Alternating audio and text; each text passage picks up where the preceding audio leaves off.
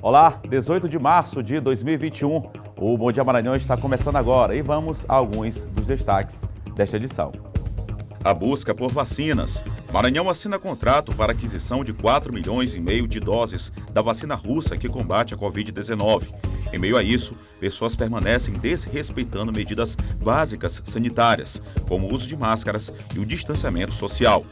Especialistas alertam para o colapso da rede pública de saúde por conta da pandemia do coronavírus. São Luís deve ganhar um novo hospital de campanha, que vai contar com 80 leitos.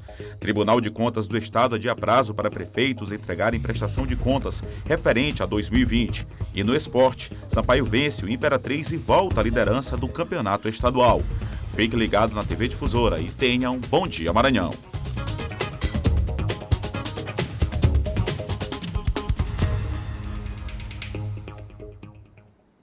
É o desejo de toda a nossa equipe de jornalismo que acorda bem cedinho, chega bem cedinho aqui à redação para preparar logo às 6 horas da manhã o Bandeira 2 com Silva Alves, que daqui a pouco volta a falar sobre segurança também aqui no Bom Dia Maranhão. E logo depois, a partir das 7 horas da manhã, tem Bom Dia Maranhão até às 8 horas da manhã, continuando aqui levando muita informação para você que nos acompanha aí no interior do estado, aqui na grande ilha de São Luís e também pelas redes sociais em qualquer parte do mundo. A gente sempre agradece aí a sua companhia, o carinho da sua audiência conosco. Muito obrigado, a gente segue até 8 horas da manhã, levando muita informação para você e que seja uma ótima quinta-feira a todos.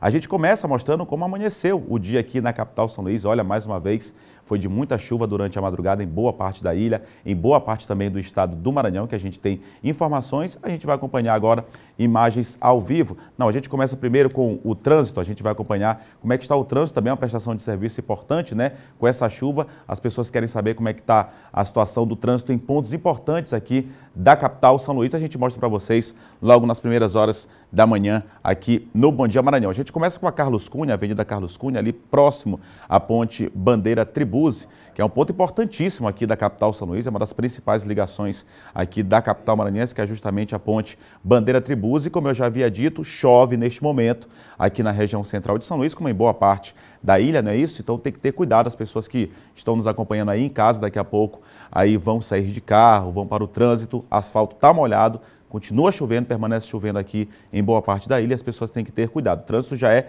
intenso nessas primeiras horas da manhã de quinta-feira. A gente segue para outro ponto aqui na capital maranhense, outro ponto aí, outro corredor importante aqui da capital São Luís, que é justamente a Avenida dos Franceses, que a gente mostra agora próximo ali ao Complexo Castelão, ao complexo ali do Canhoteiro, Avenida dos Franceses, ali destino as pessoas que seguem para o bairro da Alemanha e as pessoas que se distanciam, né, saem da área central de São Luís com destino a outros bairros aqui, o bairro do Anil, por exemplo, Santo Antônio, rodoviária, aeroporto. Trânsito mais intenso neste momento, as pessoas que estão se deslocando ali para o bairro da Alemanha, região central de São Luís, mas a gente já percebe também uma movimentação grande na outra mão, asfalto molhado também, chove neste ponto de São Luís. A gente vai para outro ponto agora, aqui da capital maranhense, a gente mostrando sempre pontos importantes, né? Pontos de grande movimentação aqui em São Luís, nestas primeiras horas da manhã. Agora 7 horas e 3 minutos, Avenida Guajajaras, uma das mais importantes e também maiores avenidas aqui de São Luís. Trânsito bem tranquilo neste momento, né? A gente percebe que o asfalto está molhado, tem alguns buracos, né? Como a gente pode perceber, a prefeitura tem até feito sua parte, mas é complicado, né? Serviço de tapa-buracos em meio à chuva é bastante complicado, período chuvoso, mas as pessoas têm que ter cuidado, né? À medida do possível vai avançando, à medida que for dando uma trégua, mas vai chover ainda muito na ilha até o mês de maio, junho ali, período chuvoso, então tem que ter cuidado aí com os buracos que porventura possam aparecer na pista também, além, claro, do asfalto molhado. Trânsito bem tranquilo neste momento, alguns veículos inclusive circulando, motos também com o farol ligado. O motociclista fazendo uma interseção ali errada, né, cometendo uma infração de trânsito, provavelmente deve ser multado, já que vem sendo monitorado aí pela SMTT, o que é errado, o que não pode ser feito. A gente pediu ali só para diminuir o percurso, né, isso pode de repente ocasionar um acidente, fica o alerta aí, não cometa infração de trânsito. A gente segue para o último ponto aqui da capital São Luís, pegando esse flagrante aí na Avenida Guajajaras, desse motociclista lamentavelmente cometendo essa infração. Roque Santeiro, né, Avenida Jerônimo de Albuquerque, eu acho que é a principal, a mais importante, né, a maior avenida aqui de São Luís, atravessa praticamente toda a cidade, aquele trânsito já bem intenso, no sentido ali Angelim, Bequimão, já para a região central de São Luís, tem um buraco ali na esquerda, a gente já vinha alertando desde a segunda-feira, houve ali uma intervenção por parte da Prefeitura de São Luís, mas a situação ainda é bem delicada, já que choveu durante toda a madrugada, permanece chovendo ainda na manhã desta quinta-feira e as pessoas precisam ter cuidado, principalmente nesse sentido. As pessoas que deixam ali aquelas áreas mais distantes, como Coab e Coatrac, com destino aqui à região central da cidade. Na outra mão, o trânsito um pouco mais tranquilo. Nosso repórter cinematográfico, Joel Oliveira, inclusive, está mostrando justamente este ponto onde está circulando esse coletivo. É um buraco, uma cratera, né, por conta aí das fortes chuvas que tem atingido a ilha de São Luís. Então, a gente mostrou aí 4 pontos importantes, muito fluxo já aí na Avenida Jerônimo de Albuquerque. Você que vai daqui a pouco sair de casa, está conosco aí, tomando café conosco, não é isso? Já acompanhando aí o trânsito em pontos importantes aqui da capital maranhense, já para ter uma orientação aí de como vai percorrer, de qual sentido vai percorrer, como é que está o trânsito aqui nas primeiras horas da manhã desta quinta-feira, tá ok? A gente segue falando dessa prestação aí de serviço, agora vamos ver o trânsito na segunda maior cidade do estado, Imperatriz. Este ponto que você vai acompanhar agora é justamente a Avenida Bernardo Sayão, que é uma avenida importante lá em Imperatriz, em frente à unidade do SAMU. Não chove em Imperatriz, né? Diferente aqui da capital maranhense, nesse momento não chove em Imperatriz, as pessoas fazendo sua atividade física, trânsito bem tranquilo aí na Avenida Bernardo Sayão. Lembrando, você que vai sair de casa mesmo para praticar atividade física, saia de máscara, independentemente para que seja, né? Para qual seja a sua finalidade, ou para trabalhar, ou para fazer, praticar exercício físico, enfim. Saia de máscara, que é para a sua prevenção e a dos outros também. Trânsito bem tranquilo neste momento na Avenida Bernardo Sayão, até a movimentação maior de pessoas fazendo atividade física. Isso é um ponto importante, que é justamente em frente à unidade do SAMU, lá na cidade de Imperatriz. E por falar em pandemia, a gente segue com o Bom Dia Maranhão, falando agora que em meio a essa pandemia do coronavírus, uma aglomeração, ou então várias aglomerações, na verdade, né, estão sendo registradas todos os dias, no fim da tarde, na Praça do Viva, no bairro do Maiobão, né, que fica em Passo do Lumiar, aqui na região metropolitana, e que recentemente foi inaugurado, o Viva do Maiobão. São diversas pessoas que aproveitam o fim da tarde para fazer caminhada, correr, exercício físico e passear. Muitas pessoas não usam máscaras e não há preocupação com o mínimo distanciamento social. A maioria vem em busca de atividade física. Mesmo ao ar livre, é muita gente. Alguns bem próximos uns dos outros. Adultos, idosos, crianças. A maioria de máscara, mas nem todos seguem a recomendação. Usam de forma incorreta ou nem se preocupam com ela. Esse grupo se aglomera perto das quadras do Viva do Maiobão, em Passo do Lumiar. Quem frequenta o local reclama que não há fiscalização. Muitos jovens sem máscara, muita aglomeração deles. Eles mesmos acabam brincando e acabam se misturando com nós que estamos fazendo caminhada. Os instrumentos lá, nós temos 4 guardas municipais que nós vimos aqui no Viva, mas como eu falei ainda agora há pouco, eles não fazem o serviço de abordagem, né? Eles não abordam pessoas e não pedem para as pessoas colocar máscara. Ou até aqui nos brinquedos de criança, a pessoa vem com a criança e não tem consciência que foi feito para criança, não para adulto. Há ainda quem diga que a movimentação chega a ser bem maior em outros dias. Hoje aqui, eu vim passar aqui rapidinho hoje, eu estou até observando que tem poucas pessoas. Mas os dias antes de hoje, lotado de tanta criança e muitas pessoas sem usar máscara, tá entendendo? Já quem não dispensa o uso das máscaras, sabe bem a importância delas para amenizar os riscos da Covid-19. Os outros usam, eles não querem porque não querem seguir a lei, né? Incomoda demais, incomoda, que independente de você estar em qualquer lugar tem que usar máscara. Independente de atividade física, incomoda muito. Cansa usar máscara, às vezes cansa, mas pior é adoecer e ir para uma UTI, né? Com certeza. Boas falas aí que o Hugo pegou na reportagem, né? O pessoal consciente, né, de máscara que o Hugo pôde entrevistar, mas a gente percebeu pelas imagens muita gente não usando máscara, muita aglomeração, principalmente de jovens, que é o que tem se descuidado mais agora e ter ocupado aí leitos de enfermaria, leitos de UTI, uma situação bastante grave, principalmente entre os jovens. É preciso seguir as recomendações. Cansou, como um dos entrevistados falou, dá uma afastada, manter o distanciamento, tira a máscara, dá uma recuperada no ar e volta a praticar sua atividade física. Sai para praticar atividade física, exercício físico, sai para passear que seja, pelo menos evite, mantenha o distanciamento social e utilize a máscara, não custa nada. O momento recomenda isso, precisa disso, segundo os próprios especialistas. 7h09 e no sábado completa 1 ano desde que foi diagnosticado o primeiro caso da Covid-19 no Maranhão. Mas as fiscalizações da Vigilância Sanitária começaram antes mesmo e um balanço das ações foi apresentado. Em mais um dia de fiscalização, esta equipe que atendeu a região do bairro Anjo da Guarda atuou nos comércios da região para verificar o cumprimento de medidas preventivas previstas em decretos e portarias. Coordenadas pela Vigilância Sanitária Estadual, as ações contam com o trabalho da Polícia Militar, Corpo de Bombeiros e PROCON. Esta é mais uma que vai somar com as milhares que foram realizadas durante um ano. As ações de fiscalização iniciaram dias antes da confirmação do primeiro caso de Covid-19 aqui no Maranhão, em março do ano passado. De lá para cá, as ações são constantes e diárias em várias estratégias para manter as medidas preventivas sendo obedecidas pela sociedade. É sempre desta maneira, em conjunto, que as ações acontecem.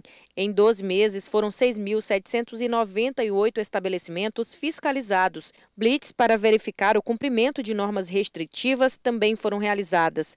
Além de apuração de denúncias de risco, tanto em estabelecimentos quanto em produtos sanitários, entre outras ações. Eu acho que o sentimento, de fato, não é de comemoração, mas o sentimento de dever cumprido por parte da equipe de fiscalização da Vigilância Sanitária do Estado.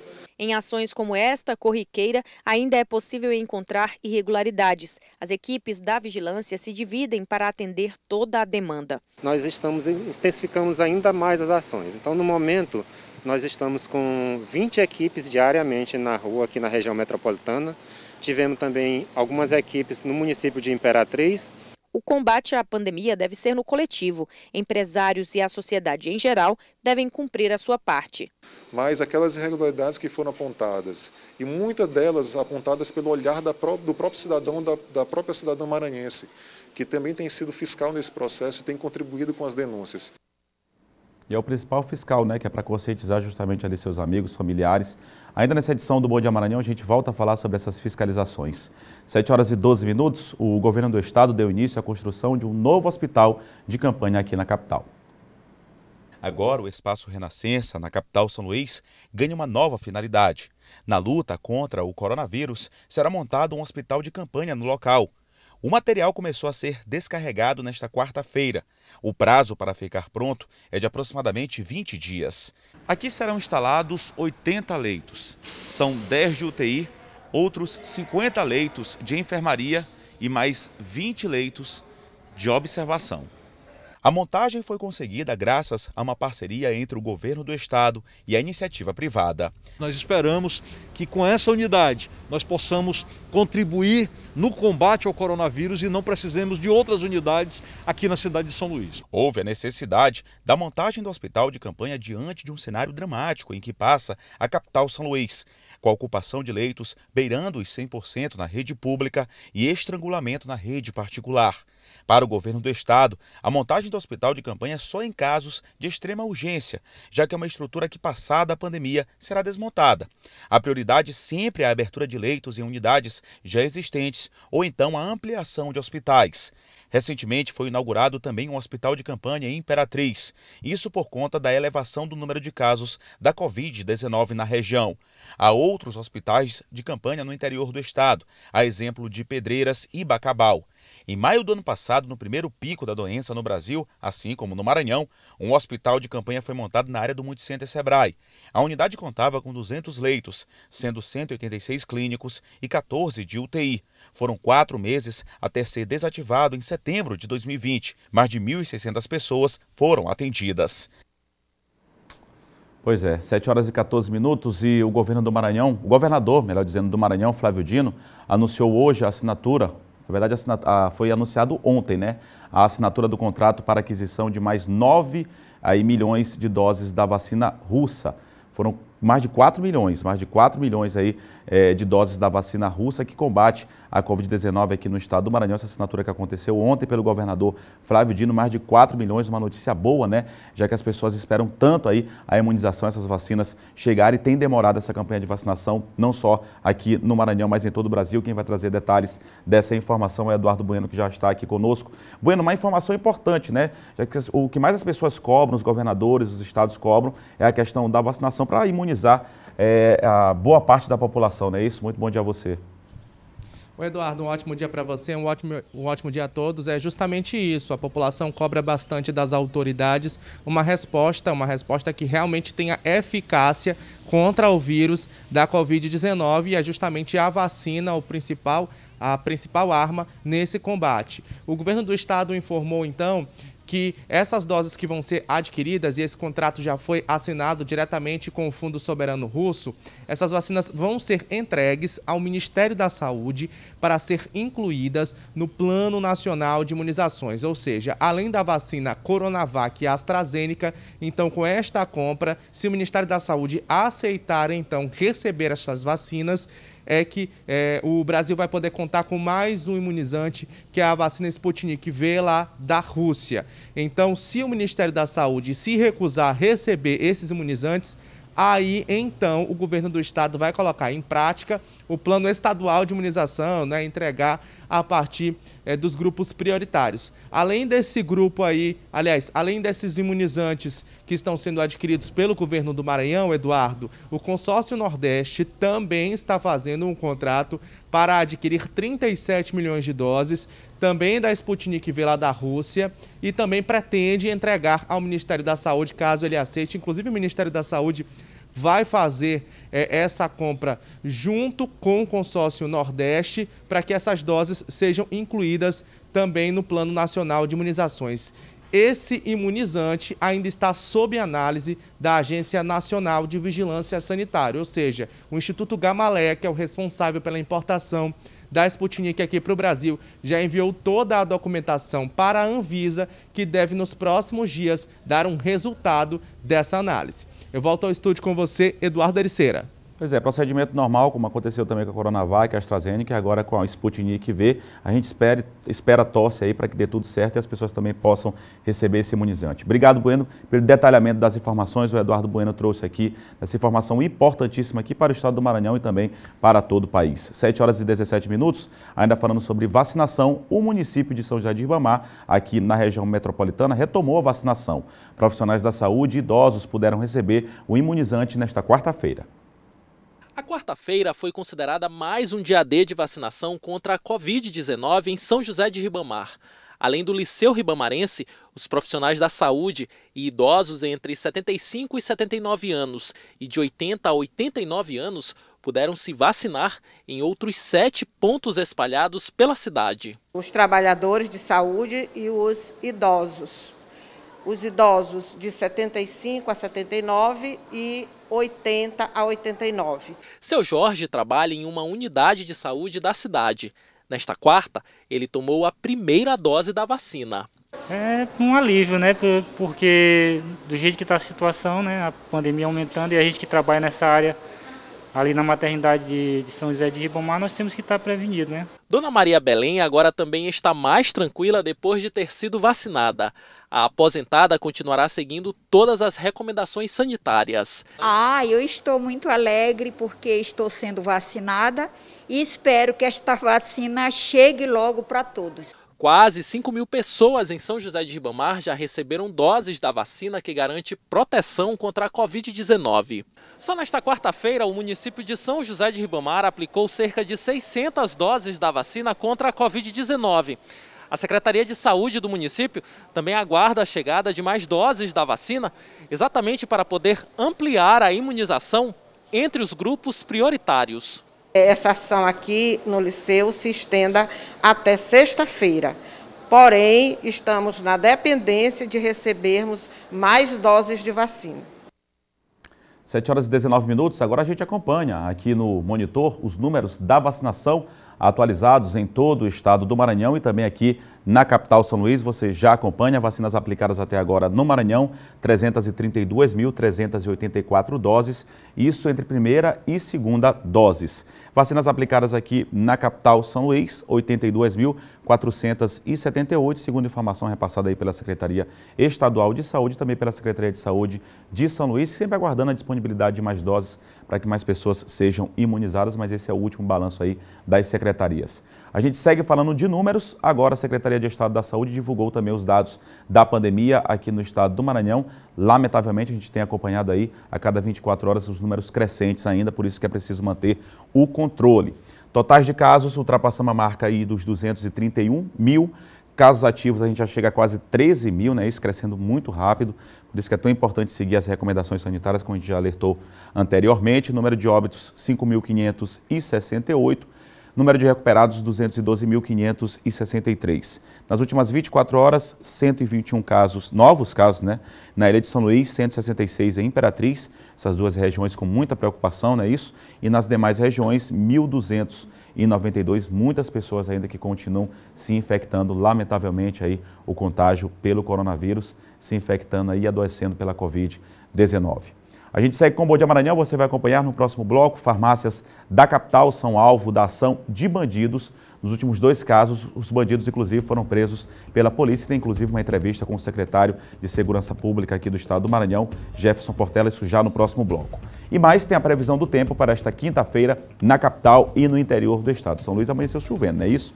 Agora são 7 horas e 20 minutos. O Bom Dia Maranhão volta já.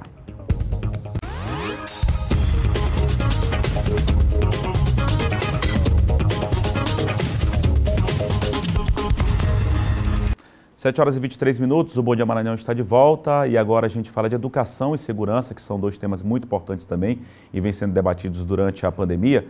Aqui no Maranhão, por exemplo, as escolas militares no estado do Maranhão têm contabilizado resultados positivos para a educação, mesmo em meio à situação da pandemia, mas isso desde 2015, aí, com o aumento do número de escolas e também, consequentemente, o número de vagas ofertadas. Aqui no estúdio, eu converso agora com o secretário de Segurança do estado do Maranhão, Jefferson Portela. Muito bom dia, secretário. Muito bom dia, Ericeira. Prazer participar do programa e, num momento difícil, temos que praticar boas ações para que as coisas não piorem, ao contrário, venham a melhorar.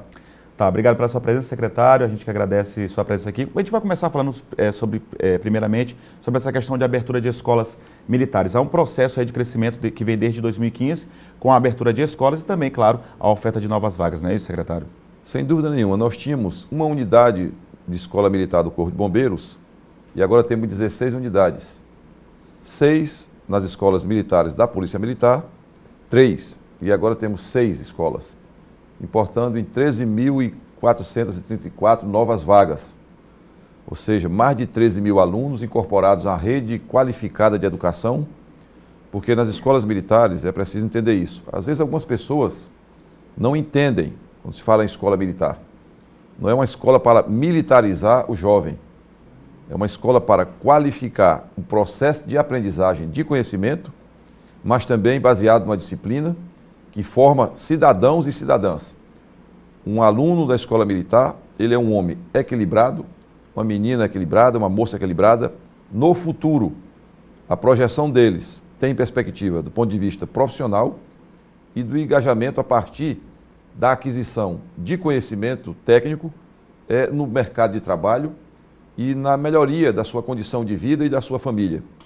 O que prova isso é a elevação do IDEB e a aprovação nos maiores cursos em nível igual à das escolas particulares. Hoje nós temos, inclusive, um processo inverso, uma busca de alunos de escolas particulares para as escolas militares. O senhor falou um ponto importante, que é justamente essa questão. A educação, as escolas, que sejam aí escolas militares, que seja qualquer tipo de escola, tem que preparar, claro, a educação é fundamental, mas preparar o aluno cidadão, né? Isso ter a consciência.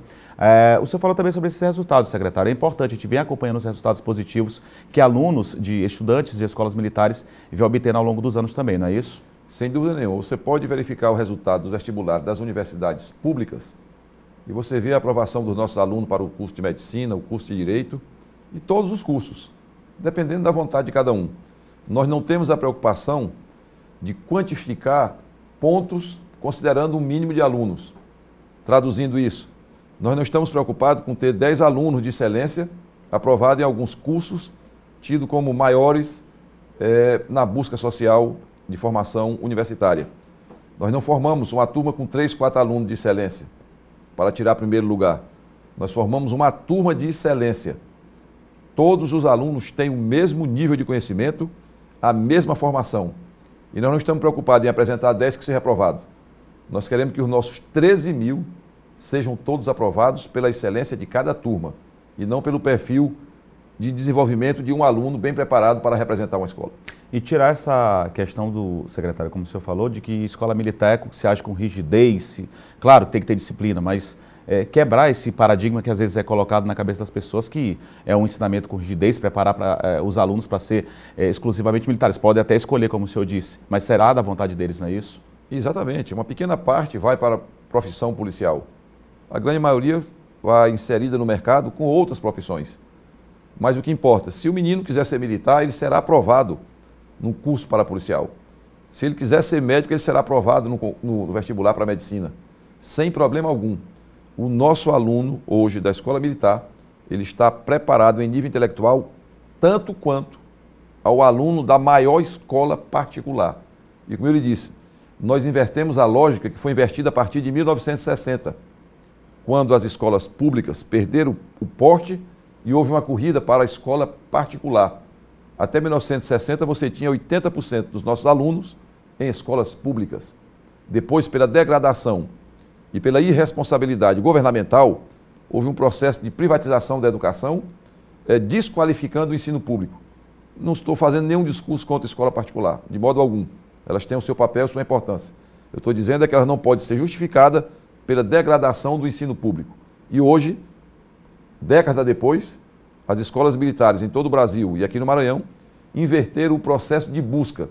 Hoje você tem alunos deixando a escola particular para procurar a escola militar, pela qualidade do ensino e pela formação cidadã.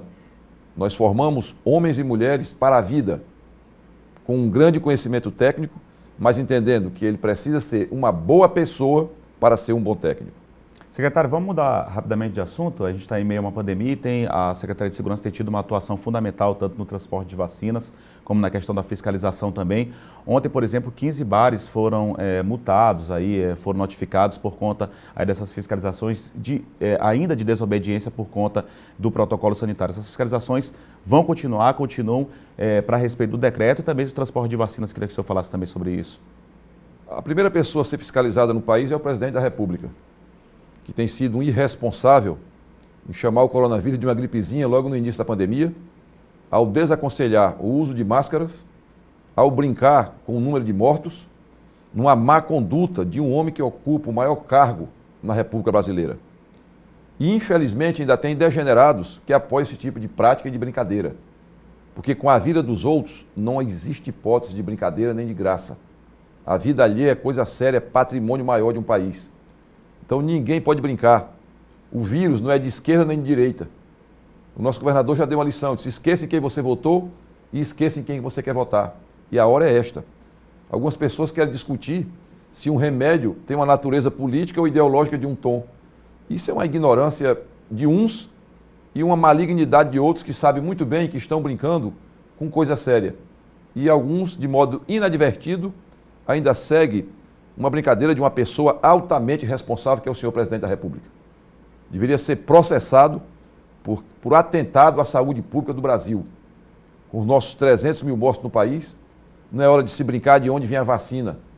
Os Estados Unidos já têm 500 milhões de vacinas para aplicar 2 vezes, 3 vezes nos seus cidadãos.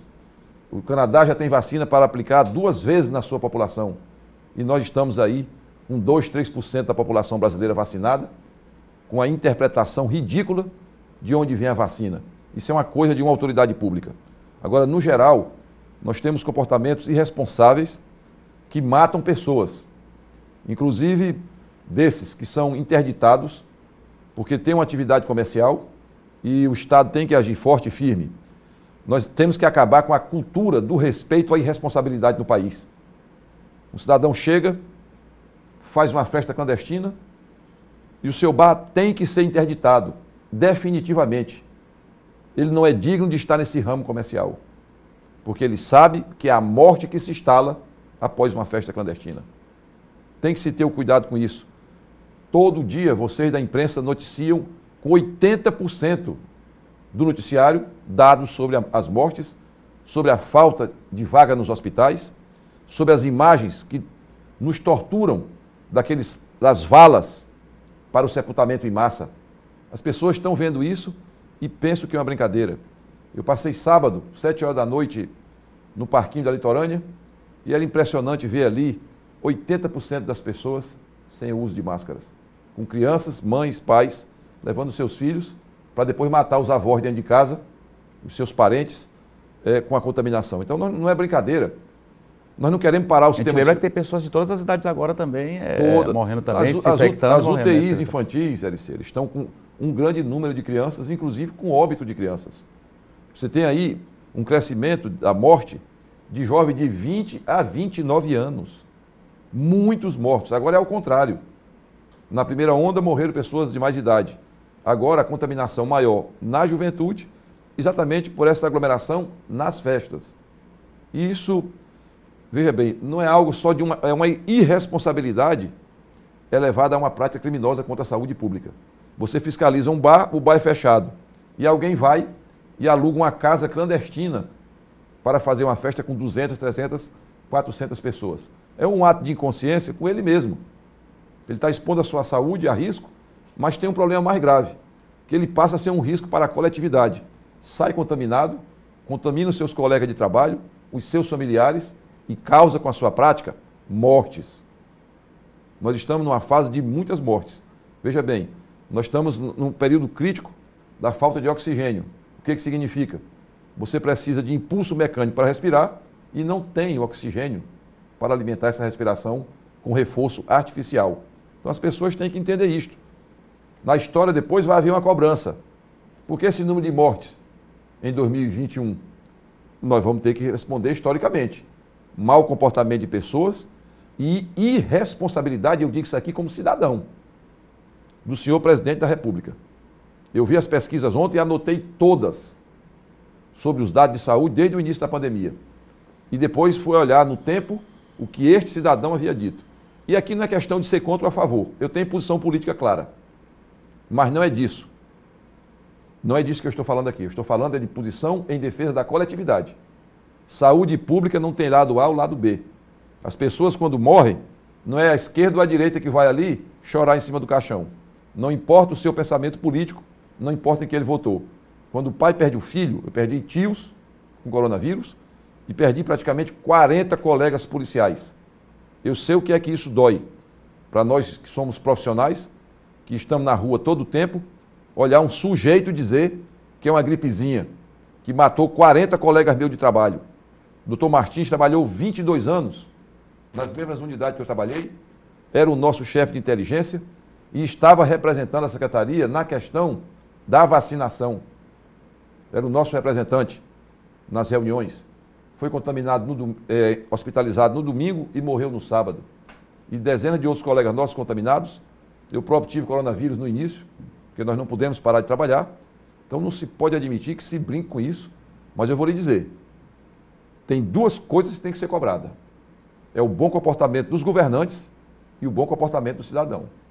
Não adianta ficar dando uma de paternalista, de querer que os órgãos públicos fiscalizem, quando o cidadão está indo clandestinamente para lugares de festas ilegais. Então, não é possível que o cidadão não saiba se reger na sua conduta quanto a uma contaminação que não é individual.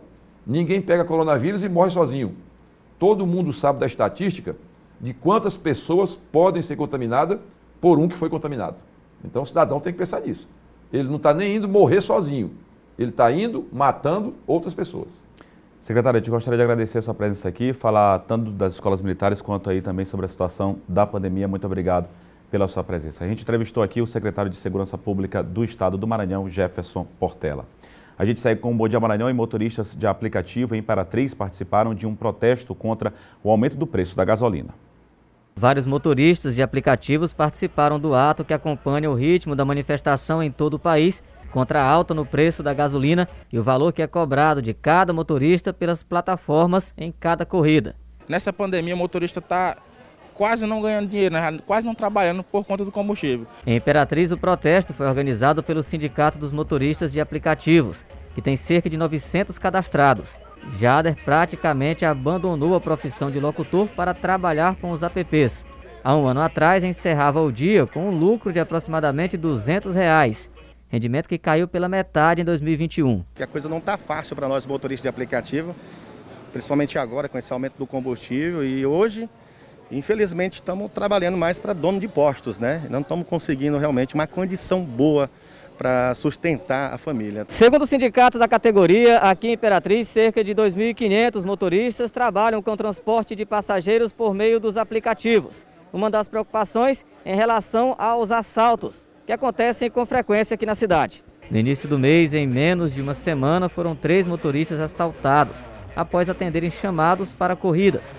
Em um dos casos, a vítima foi atingida por um tiro de raspão na cabeça, quando tentou fugir dos assaltantes. A categoria pretende se reunir com o comando da PM na cidade. Ultimamente a gente tem visto muitos assaltos a motor de aplicativo e segurança principalmente é uma chave básica que a gente está lutando também, né? A gente vai entrar em conversa agora com o coronel da PM justamente para tratar disso. Pois é, combustível é muito caro, né? Protesto aí lá na cidade de Imperatriz. A gente segue em Imperatriz agora com informações ao vivo. Quem participa conosco é o Geisel Nascimento. Vai falar, inclusive, que a Prefeitura de Imperatriz fará parte do consórcio aí para a compra de vacinas, não é isso, Geisel? Governadores, prefeitos aí se movimentando também para comprar vacina para imunizar a população. Muito bom dia, seja muito bem-vindo aqui ao Bom Dia Maranhão. É isso mesmo, Eduardo Ericeira. É uma ótima notícia para todos os imperatrizenses. Bom dia para você, bom dia para todos acompanhando. A gente começa destacando sobre esse assunto. Imperatriz adere ao consórcio para a compra de vacinas contra a Covid-19. O projeto de iniciativa do prefeito Assis Ramos foi aprovado pela Câmara Municipal. E agora o município passa a fazer parte da Frente Nacional de Prefeitos. A medida prevê que a prefeitura, junto com outras cidades, possa comprar insumos, medicamentos e equipamentos da área da saúde, caso os recursos sejam federais, internacionais ou privados. Um outro assunto que destacamos na nossa participação, Eduardo, é que o restaurante popular aqui da cidade, localizado na rua Simplício Moreira, suspendeu o funcionamento, pois uma das funcionárias testou positivo para a Covid-19 e teve contato com toda a equipe do estabelecimento. Sendo assim, ficam suspensas as atividades no local pelo período de 14 dias para que os servidores cumpram o isolamento. Esses foram os destaques de hoje da nossa participação desta quinta-feira, que a gente deseja um ótimo dia para você, Eduardo, e para todos acompanhando a nossa programação. Obrigado, Geisel, pela sua participação aqui no Bom Dia Maranhão. Um grande abraço também a todos aí na TV Difusora Sul. Obrigado pelas informações. Obrigado também aí ao carinho da audiência, você que nos acompanha em Imperatriz e também toda a região. 7h40 aqui no Bom Dia Maranhão. A gente fala agora de segurança.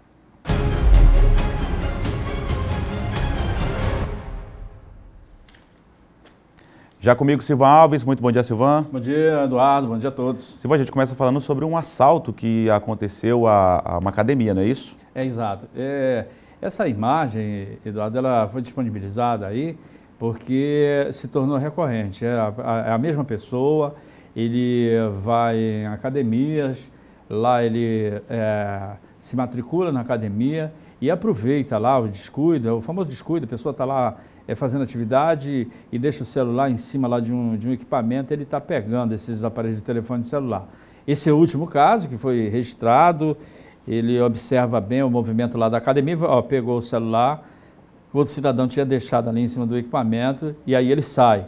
Já ocorreram vários casos em academias diferentes e aí a polícia acredita que a mesma pessoa é o mesmo homem e disponibilizou essas imagens aí para que ele possa ser identificado e preso o mais rápido possível. Com certeza ele já deve ter ido para outra academia depois dessa daí, ele já deve estar matriculado em outra academia, esperando uma oportunidade também para fazer uma nova vítima. E as pessoas precisam realmente ter muito cuidado, né, até que a polícia consiga chegar a esse indivíduo aí, que a cada tempo o crime também vai se modernizando, né? Você vê que outro dia apareceu um grupo aí que entrava nos estabelecimentos e pegava as chaves dos veículos em cima das mesas, em cima dos balcões e levava o carro. E agora apareceu esse aí que encontrou essa forma de furtar aparelho de telefone celular dentro das academias. Pois é, tem as imagens que vai facilitar aí os órgãos de segurança e também fica como alerta, né, Silvão? Para as pessoas não se desvincularem, não deixar seus pertences pessoais aí de qualquer forma, não tirar a atenção. Silvão, ainda falando sobre essa questão de assalto, o bairro do Vinhais aí está numa situação altamente delicada, não é isso? Muito complicada. Só essa semana aí, possivelmente é a mesma dupla que vem agindo com um assalto de moto. Essa semana nós mostramos eles assaltando a senhora que estava saindo de serviço, era no final do expediente, por volta de 17 horas. E esse aí foi ontem, logo às primeiras horas da manhã, depois daquela chuva, que deu uma cessada na chuva. eles aparecem, os mesmos indivíduos, numa moto e espera só a chuva passar, sim, né? Exatamente. Para roubar as pessoas. Exatamente. Assaltaram aquela senhora lá, bem perto da praça. Isso é na Rua do Arame, uma das avenidas mais movimentadas. Eles chegam lá, apesar do trânsito, movimento, as pessoas na rua, ainda correm atrás da senhora. Atacam lá. mesmo a vítima, isso, né? Na cara dura, e levaram o aparelho de telefone de celular da senhora que estava lá na pracinha. Você imagina, olha, a senhora sai desesperada, ó. Isso dá uma sensação de impotência. Sim, imagina, grande, apenas a luz do dia, ela ali mexendo no celular, numa praça, uma movimentação grande, é atacada dessa forma aí com tanta violência. Exatamente. Então esse tipo de ocorrência ele tem sido cada dia mais frequente lá na região do Vinhais, né? Quando é assalto de moto em residência, assalto em estabelecimentos comerciais e assalto também a pedestre na rua, como foi esses 2 últimos casos aí registrados. Pois é, chamar a atenção da segurança, o secretário estava aqui agora há pouco para reforçar a segurança aí no bairro do Vinhais.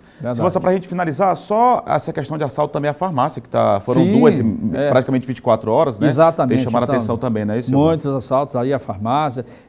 Esses casos aí ganharam repercussão porque foram registrados da segunda-feira, da terça, né? Mas esse tipo de crime também, porque a farmácia é essencial, então ela continua aberta, né? Continua funcionando. E aí aumentou consideravelmente o número de ataques à farmácia, muitos deles não vêm à tona, não são divulgados, não tem a devida divulgação, e aí há uma preocupação do sindicato, das associações e dos próprios funcionários, das pessoas que trabalham e que acabam ficando na alça de mira desses assaltantes.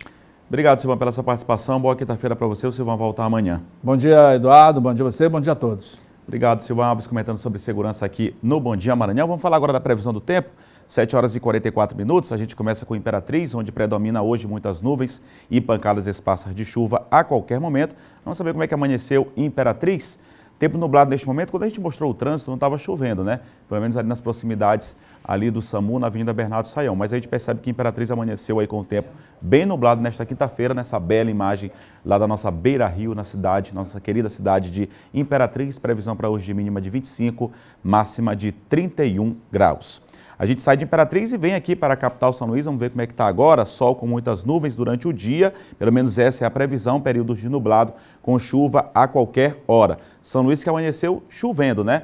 Permanece o tempo nublado, pelo menos nesse momento não está chovendo, mas o tempo está bem nublado. A previsão indica sol em meio às nuvens aí. As nuvens estão predominando pelo menos na manhã desta quinta-feira com essa bela imagem também da capital maranhense. Previsão para hoje de mínima de 25, máxima de 30 graus. O tempo permanece nublado aqui na capital São Luís. A gente segue falando da previsão do tempo, agora 7 horas e 45 minutos. Seguimos agora direto para a Sailândia. Sol com algumas nuvens. A previsão do tempo para hoje, chove rápido durante o dia e à noite. Tempo nublado também lá na cidade de Açailândia, bem ali no centro, né, da nossa imagem. A gente percebe o sol tentando sair, mas em meio a nuvens cinzentas, nuvens aí carregadas de chuva. Não chove nesse momento lá na cidade de Açailândia, mas o tempo amanhece também nublado lá na cidade de Açailândia. Mínima de 25, máxima de 30 graus. 7 horas e 45 minutos e no próximo bloco você vai acompanhar que o Tribunal de Contas do Estado adiou o prazo para prefeitos entregarem a prestação de contas referentes ainda ao ano passado, 2020. E mais os destaques do esporte, tem Copa do Brasil e também Campeonato Maranhense. Agora 7 horas e 46 minutos, a gente vai para um rápido intervalo com imagens ao vivo aqui da Avenida Beira-Mar, na capital São Luís. Trânsito bem tranquilo neste momento, como a gente já disse, tempo nublado na região central da cidade, 7h46. O Bom Dia Maranhão volta já.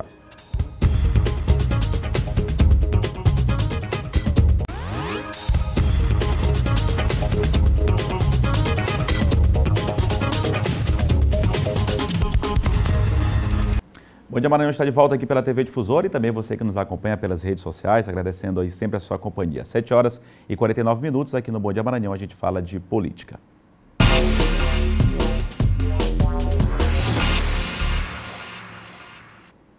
Já comigo, John Coutrinha. Muito bom dia, John. Bom dia, Eduardo. Bom dia a todos. John, a gente começa falando sobre o governador Flávio Dino. Ele tem falado, já comentado, também feito alguns comentários, o governador que é pré-candidato a presidente, mas ainda não decidiu seu futuro político, só que ele tem pregado aí uma união contra o Bolsonaro para tentar ir ao segundo turno e, de repente, vencer a eleição. Ele tem falado muito sobre essa situação e falou agora de uma possibilidade de união agora entre o ex-presidente Lula e também o candidato que já passou aí, já foi ex-ministro, ex-deputado, o Ciro, né? Isso é uma união entre eles dois. É isso, Eduardo. O que, na verdade, o governador Flávio Dino já projeta, não é que não haja uma ruptura no segundo turno. Inclusive, ele fala só uma grande união para tentar vencer aí o atual presidente Jair Bolsonaro. A gente sabe que o Ciro e o Lula, apesar de terem tido uma conversa, né, há alguns meses atrás, para tentar se entenderem, depois que o Lula saiu da prisão, mas não conseguiu. Né, não foi aí... o Ciro tinha tudo para falar, falou para o Lula também, e vice-versa, naquela conversa mais de lavar roupa suja. Mas parece que não surtiu muito efeito. Pelo contrário, né, John? Tem muito atacado o Lula, na verdade. Então, há aí ainda uma rivalidade, né? Não, rivalidade não, na verdade, há aí umas rusgas ainda, né? Umas rusgas, uma diferença entre eles, né? Uma diferença entre o Lula e o Ciro. Até a gente lembra que quando o Lula fez aquele discurso, né, recentemente, depois daquela decisão do Fachin, ele disse que o Ciro precisaria respeitar mais, não é? Respeitar mais, que ele não era mais menino, poderia agir como menino. E o Ciro, por sua vez, não deixou barato, né? Então, parece que nesse momento não há aí como reparar essas diferenças entre eles. E aí, é claro que é importante, já com o Lula no cenário, claro, ainda tem que aguardar o julgamento em plenário do STF da decisão do Fachin, vai para plenário, é importante destacar isso. É claro que tem um trâmite essa decisão, tem um trâmite. Né, o Lula recuperou os direitos políticos dele, está elegível, mas ainda há um julgamento em plenário que deve ocorrer em breve, né, no STF sobre a decisão do Fachin, que não inocentou o Lula, apenas anulou, né, as condenações dele por conta da questão de competência de julgamento aí desses casos dele envolvendo Sítio Atibaia e Triplex do Guarujá, já que não tem ligações com a Petrobras, não seria na verdade de Curitiba, agora foi remetida para a Justiça Federal, né, para a Justiça do Distrito Federal. Então, até se julgar isso novamente, né, o Lula é candidato e está se projetando para isso. Ontem deu uma entrevista à CNN, Eduardo, né, e disse que se for chamado ele será o candidato sem nenhum tipo de problema. Também aí já sugeriu ao Joe Biden que reúna o G20, né, para tratar das questões da pandemia, das vacinas, ou seja, vem se colocando como liderança já para o ano que vem como candidato. Então, diante do Lula sendo candidato e do Ciro também, é necessário que essas forças do centro democrático, popular, progressistas, já pelo menos façam um pacto, né, de que no segundo turno, quem for para o segundo turno contra o Bolsonaro, que apoie o outro, diferentemente do que aconteceu na eleição passada. Então, isso o governador Flávio Dino muito corretamente faz, já avalia, né? O governador Flávio Dino tem dito, né, que defende essa união. Prega essa união, né, John? Prega essa união, e é importante que essa união já venha desde já, né, já se trabalhe isso. É claro que a gente sabe que dificilmente haverá uma junção do PDT com o PT. Muito pouco provável isso. Se o Lula não for candidato... Que não seja no primeiro, mas que seja pelo menos no segundo turno, né, John? Se não for o Lula, o candidato será o Haddad do PT. Não tem dúvida disso, a gente não tem dúvida. É muito pouco provável. Está bem encaminhado isso aí. Está encaminhado. Então, tem o plano A e tem o plano B. Plano A, Lula, plano B, Fernando Haddad. E tem o Ciro Gomes. Então, o governador já disse o seguinte, bom, o Lula sendo candidato, eu vou ficar com o Lula, vou apoiar o Lula, o governador Flávio Dino, mas também ele defende o Ciro, que não concorda de chamarem o Ciro de direita, né, de também ficarem atacando o Ciro Gomes, ou seja, o governador também defende o Ciro, acha que é uma candidatura importante, que o Ciro tem mais ideias, né, propostas que convergem com a esquerda do que com o bolsonarismo, então acho importante a participação do Ciro. E diante desse contexto, já se coloca até o Lula em pesquisas, né? E pela primeira vez ontem, pesquisa divulgada pelo Poder Data, ontem mostra que o Lula já lidera, né? Segundo essa pesquisa, o Lula lidera ali na frente do Bolsonaro e também no segundo turno, nos confrontos, tanto o Lula quanto o Ciro Gomes venceriam o Bolsonaro numa disputa de segundo turno. Isso muito também por conta, né, John? Teve pesquisa divulgada pela Datafolha, pelo comportamento até do presidente em meio à pandemia, né? Algumas críticas relacionadas a isso também, inclusive pesquisa de rejeição mostrada na Datafolha, do combate à pandemia, não é isso? Exatamente. Hoje o presidente tem uma rejeição muito grande em relação à condução dele frente à pandemia e também uma rejeição pessoal em relação à imagem, né? No que diz respeito à imagem dele, que concerne a imagem. Então, diante da imagem do presidente desgastada, diante desse cenário, é claro que vai crescer o opositor. Cresce o opositor dele hoje é o Lula e é o Ciro, né? Então eles crescem nas pesquisas, obviamente. Mas o presidente vai tentar reverter isso, já tem um auxílio emergencial que pode até durar um pouquinho mais de tempo, né? A gente sabe que a pandemia, não se sabe qual será aí o futuro da pandemia, mas o presidente já está trabalhando para um discurso mais ponderado, para um discurso menos negacionista, para um discurso mais pró-vacina, né? O uso de máscara. Então o presidente tem sido aconselhado a modular o discurso, até porque, diante das pesquisas que mostram um grande desgaste, é claro que ele vai, né, já pensando, isso pode acabar, inclusive, se continuar dessa situação, sepultando a candidatura do Bolsonaro. Então é claro que ele vai tentar, de todas as formas, reverter isso, ainda mais tendo o Lula, né, como candidato. Então essa é a avaliação que é hoje feita no Planalto. O ministro da Saúde novo agora até adotou esse discurso também de utilização de máscara, evitar aglomeração, que são medidas sanitárias de precaução. Caminha agora para um novo caminho, a gente espera pelo menos isso. Obrigado, John, pela tua participação. Você está de volta amanhã aqui no Bom Dia. Até amanhã, Dan. Obrigado, John Coutrinho. Falando aqui de política, agora a gente fala de esporte aqui no Bom Dia Maranhão. A gente começa falando de Copa do Nordeste.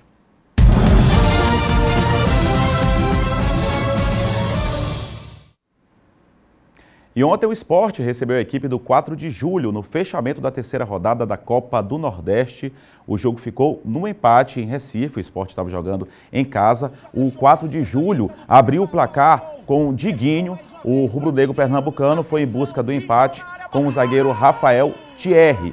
O final de jogo foi 1-1, jogo com muita reclamação, teve gol anulado aí de impedimento aí para o lado do Sport, houve muita reclamação já no final da partida. O fato é que o jogo terminou aí empatado em 1-1, 4 de julho saiu na frente, o Sport conseguiu o empate aí com o zagueiro Rafael Thierry no fechamento da terceira rodada aí da Copa do Nordeste. Segue essa rodada no sábado e no domingo. Amanhã a gente volta a falar aqui no Bom Dia Maranhão. Já pela Copa do Brasil, nosso último representante maranhense, o Juventude Samas, já que o Sampaio Correia e o Motoclube deram adeus na primeira fase. Pois é, o Juventude teve o mesmo desfecho, né? Mesmo destino. Jogando ontem aqui no Maranhão, o Juventude perdeu para o Operário do Paraná pelo placar de 2-0, com gols de Leandro Vilela e Tomás Bastos. Sendo assim, infelizmente, os nossos 3 representantes maranhenses não conseguiram avançar para a segunda fase da Copa do Nordeste. Está aí então o Juventude também dando adeus à Copa do Brasil, assim como o Sampaio e Moto. Ontem a bola rolou também pelo Campeonato Maranhense, o Sampaio reassumiu a liderança da competição na noite desta quarta-feira. O time tricolor bateu o Imperatriz, que ficou em situação difícil na competição. Com um golaço de Jajar e o outro de Jó Anderson batendo pênalti, o Tubarão venceu o duelo contra o Cavalo de Aço por 2-0. O Sampaio assumiu a liderança do Campeonato Maranhense com 10 pontos. Já o Imperatriz está afundado na lanterna com apenas 1 ponto ganho. A rodada será fechada neste domingo com a partida entre Bacabal e Moto. O jogo acontece às 3h30 da tarde. Se o Moto vencer, reassume a liderança da competição. Já o Bacabal precisa da vitória para deixar a zona de rebaixamento. O Bom Dia Maranhão fica por aqui. A todos uma ótima quinta-feira. Tenham todos uma ótima quinta-feira. A gente está de volta amanhã a partir das 7 horas da manhã. A gente encerra com imagens ao vivo da Avenida Beira-Mar, aqui na capital São Luís. A todos, muito obrigado pelo carinho da audiência. Uma ótima quinta-feira. Até amanhã.